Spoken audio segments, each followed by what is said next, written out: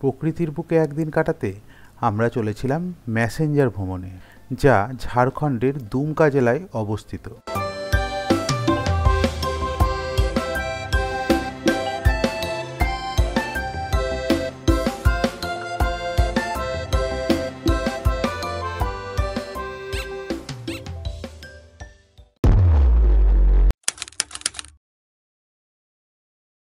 বাঙালির তো 12 মাসে 13 পার্বণ লেগেই থাকে।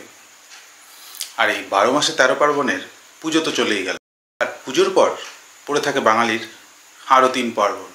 1 পিকনিক, 2 বনভোজন, আর 3 ফিস্ট। আর সেই উৎসব পালন করতেই আমরা ছাত্রছাত্রীদের নিয়ে স্কুল সমেত চলেছিলাম ম্যাসেঞ্জারে। ম্যাসেঞ্জার ড্যাম ময়ূরাক্ষী নদীর উপর অবস্থিত, দুমকা জেলায়, ঝাড়খণ্ড। আর এখানে যাওয়ার জন্য আমরা করে নিয়েছিলাম একটি বাস। আর আমাদের ছেলেপেলে তো স্কুলের খুবই শান্ত, ওরা স্কুলে থেকে পিকনিকে গিয়েছিল বেশ শান্তভাবেই।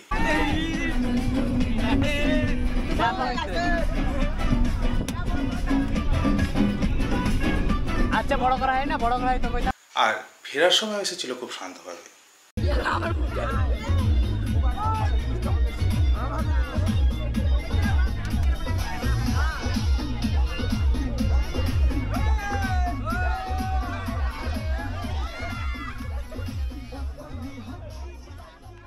কলকাতার দিক থেকে ম্যাসেঞ্জার ড্যামে ঢোকার পথেই বাদিক থেকে নেমে গেলে চলে যাওয়া যায় এই পিকনিক গ্রাউন্ডে। এখানেই আমরা বাস নিয়ে এসে প্রথমে নেমে পড়লাম। আর এই পিকনিক গ্রাউন্ডের সামনেই রয়েছে টয়লেট থেকে সব রকম বন্দোবস্ত, পিকনিক করার জায়গা, জলের ব্যবস্থা। এখানে কিছু লোকাল লোক তা করে দেয় সামান্য টাকার বিনিময়ে। আমাদের প্রশান্ত স্যার টিফিন নিয়ে নিয়েছে। প্রশান্ত স্যারের হাতে রুটি, কলা, তাই তো প্রশান্ত স্যার? এই কলা আর একটা হবে। চারিদিক সবুজে ঘেরা সুন্দর পরিবেশের মধ্যেই আমাদের পিকনিক শুরু হয়ে গেল। এ হচ্ছে মেন রাস্তা। মেন রাস্তা থেকে, যেটি কলকাতার দিক থেকে আসে, নেমে এদিকে পিকনিক স্পট, একটা মন্দির আছে। পিকনিক স্পট থেকে আমরা বেরিয়ে ড্যাম দেখতে যাচ্ছি। পিকনিক স্পটে রান্নাবান্না সব তৈরি করে এখন রান্না চলছে ওইদিকে। এদিকে আমরা কটা ছাত্রছাত্রী নিয়ে ড্যাম দেখতে চলেছি। আমিও চলেছি। দাঁড়াও, ওখানে একটা ছবি তোলা হবে, ফটো সেশন। হ্যাঁ, এখানে দাঁড়াও, এখানে দাঁড়াও। আমরা এবার বোটিংয়ের জন্য অগ্রসর হচ্ছি।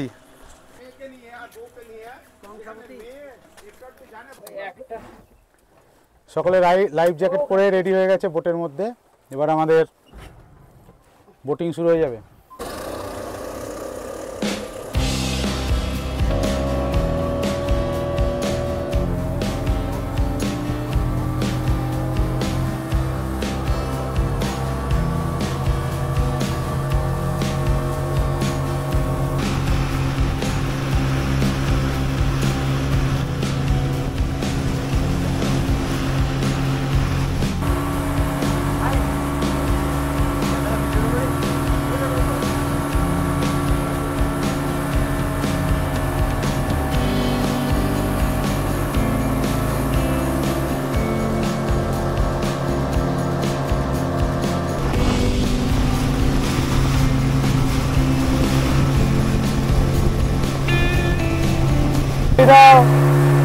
আপনারাও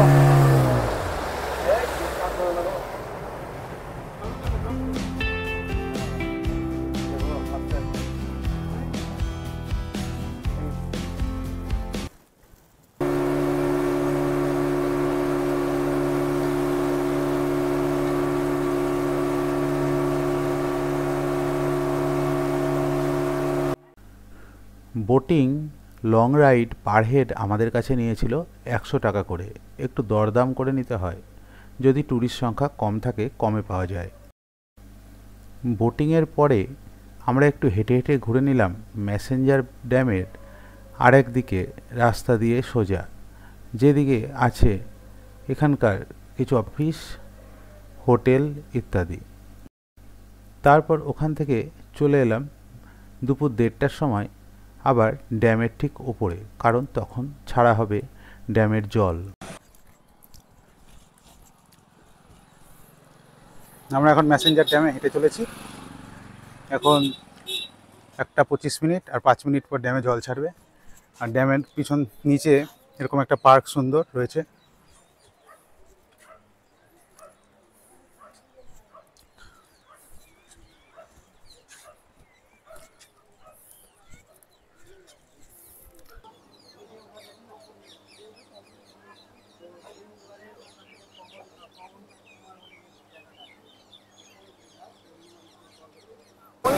রাস্তা মনে হয়, হ্যাঁ ওই দিকে কোথাও রাস্তা ওই যে রাস্তা না, আমার তো রাস্তা না পাহাড় তো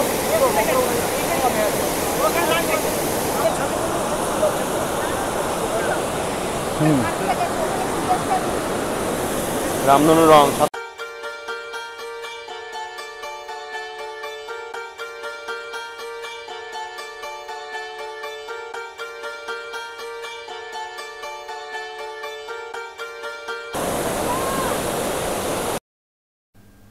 পিকনিক স্পটে প্রবেশের ঠিক মুখেই রয়েছে এরকম অনেক দোকান, তবে বেশিরভাগ দোকান বন্ধ ছিল। এগুলো ট্যুরিস্ট যখন বেশি আসে সব দোকানগুলোই খুলে যায়। এখান থেকে বিভিন্ন জিনিস এখানকার কিনে নেওয়া যায়। এছাড়াও ঠিক ড্যামে ওঠার মুখেই রয়েছে প্রচুর ভাতের হোটেল। 70 টাকা 90 টাকা প্লেটে ভাত খাওয়ার সুবন্দোবস্ত রয়েছে। সব কিছু দেখে আমরা ফিরে এলাম মোটামুটি 2টোর দিকে পিকনিক স্পটে। তখন আমাদের রান্না প্রায় কমপ্লিট এবং খাওয়ার তৈয়ারি শুরু হয়ে গেছে। ভাত, ডাল, তরকারি, মাছ, মাংস, এই ছিল মেনু। এটা ডাল, এটা তো মাংস তুলে লে এখানে ভাত দেখে আসছি না, কি করছে এখানে বসে?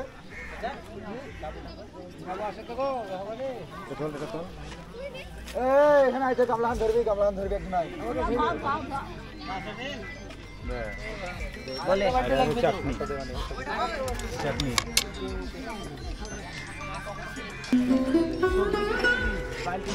বালতি না খাবার গুলো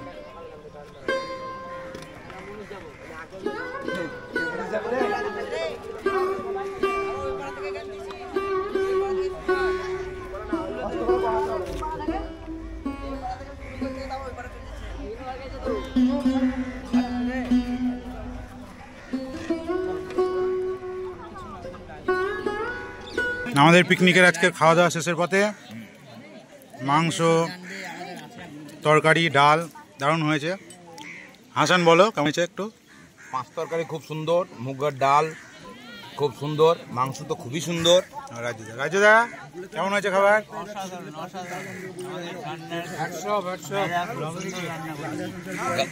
গাজর দিয়ে ডাল, মুগ ডাল খুব সুন্দর লাগছে।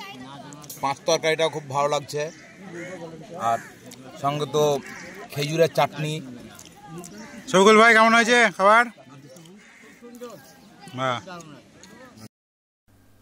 সকলের খাওয়ার পর আমরা আবার ফিরে চললাম বাসে করে বাড়ির দিকে।